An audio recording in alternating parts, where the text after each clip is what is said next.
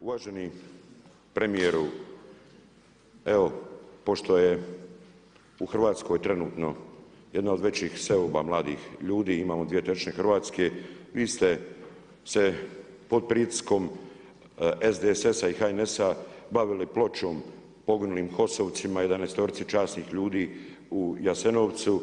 Zanima me kad će se početi baviti pločama već kad se s njime dao vam savjet i skinuti četničke spomenike i natpise zločincu Vukašinu Šokočaninu, izravnom krivcu za masakr 12 hrvatskih policajaca u Borovu Selu, spomen ploču Vojislavu Miliću, članu koalicijske postrojbe Vojislava Šešelja koji su ga potpisali također zloglasni Beli orlovi. Spomenik Milu Babiću u Krnjaku na kojem je pisalo piše poginuo od krvnika MUP-a i ustaških gardi.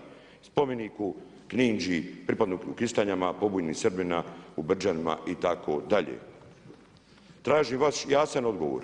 Tražim vaš odgovor i na izjave vašeg koalicijskog partnera Milorada Pupovca koji je usporedio generala Bobetka sa Slobodanom Miloševićem, Slavkom Dokmanovićem i Milanom Babićem koji je pravomoćno osuđen za ratne zločine dok je Slobodan Milošević proglašen članom udružene zločinačke skupine.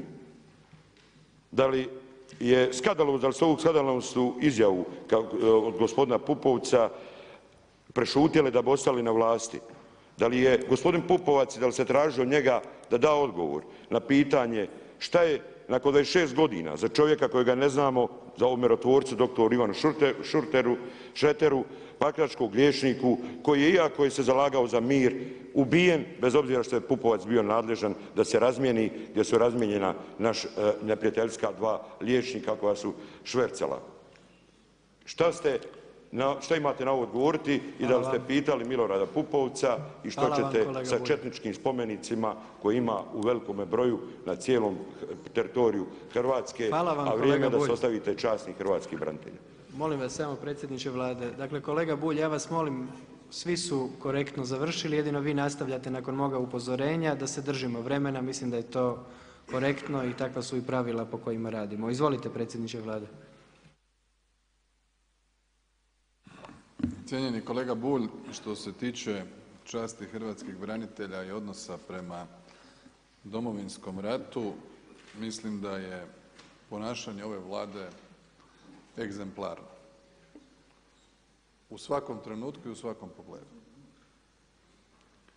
Pogledajte kakva je simbolika i činjenica da je ova hrvatska Vlada odlučila baš 4. kolovoza uoči 22. obljetnice Dana pobjede, Dana hrvatskih branitelja, Dana domovinske zahvalnosti održati sjednicu Vlade u Kninu.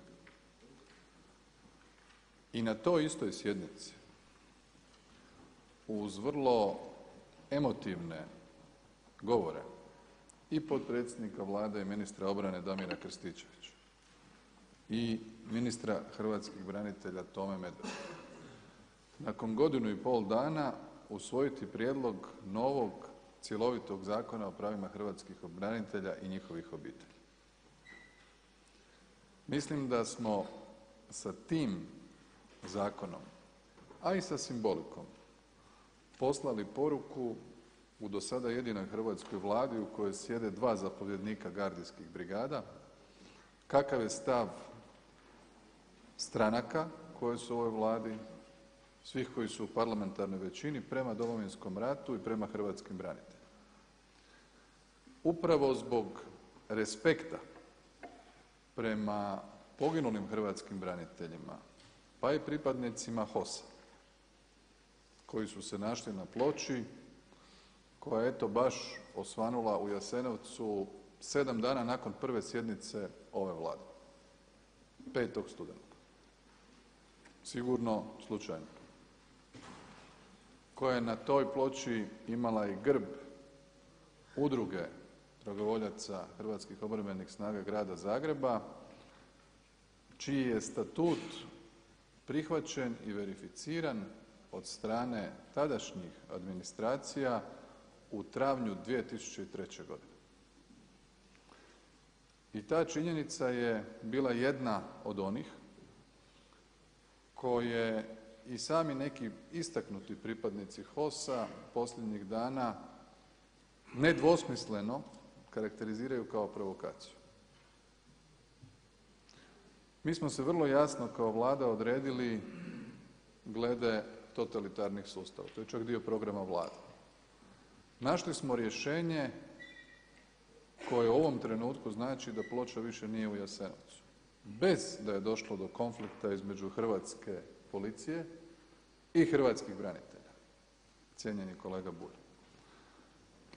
To je umijeće i to je vještina.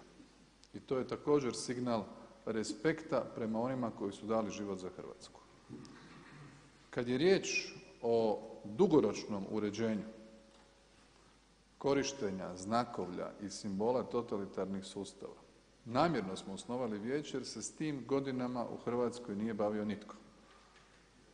Neujednačena pravna, sudska, upravna praksa dovela nas je u nedoumice. Nijedna Vlada to nije riješila. I jučer sam, evo bio i predsjednik Sabora, razgovarao sa našim uglednim stručnjacima koji se tom temom bave dugo, pod vodstvom predsjednika HAZU-a i zamolili ih da nam daju u sljedećih nekoliko tjedana, mjeseci vrlo jasne preporuke pa i za pravno reguliranje toga pitanja.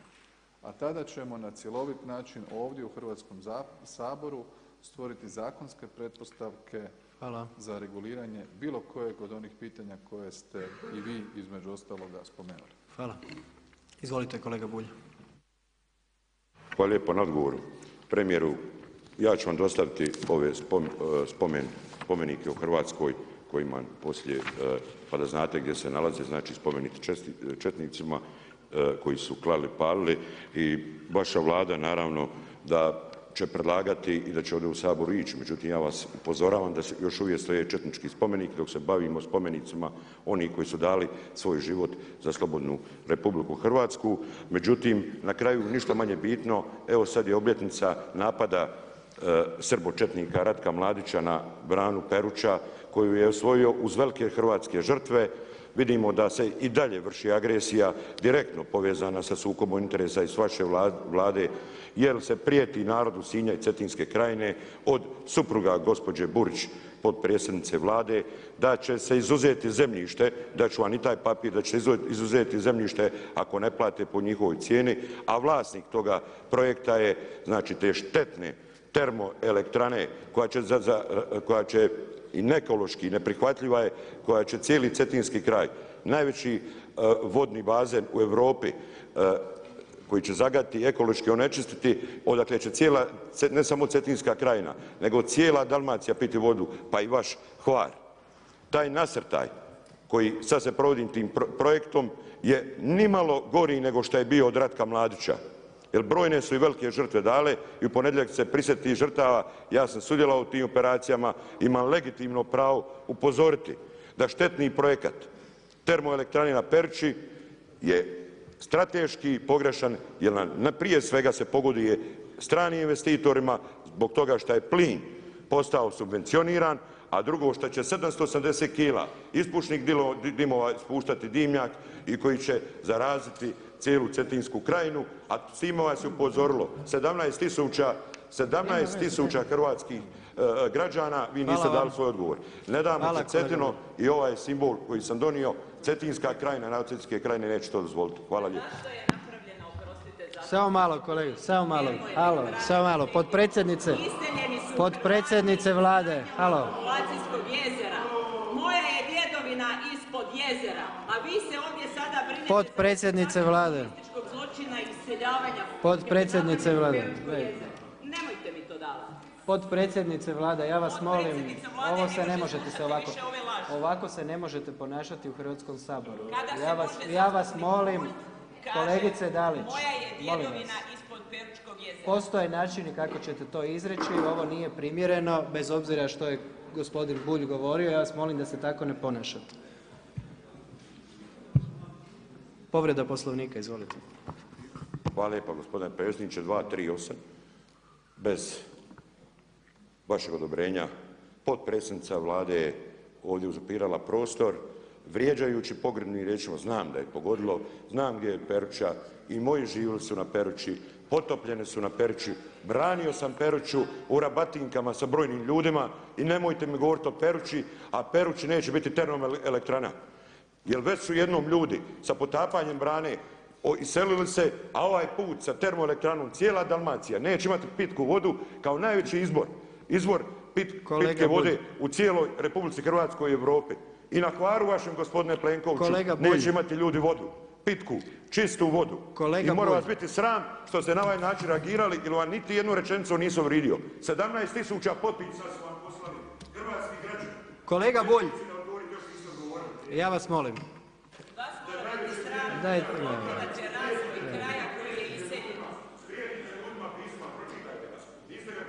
Kolega Bulj, dakle ja vas molim sada i potpredsjednicu Vlade Dalić i zastupnika Bulja da se ne ponašate u skladu sa pravilima koja postoje u Hrvatskom saboru. Dakle, molio bih vas da smirite strasti i da se više ovakve stvari ne događaju. Ovo nije zaista bilo primjereno.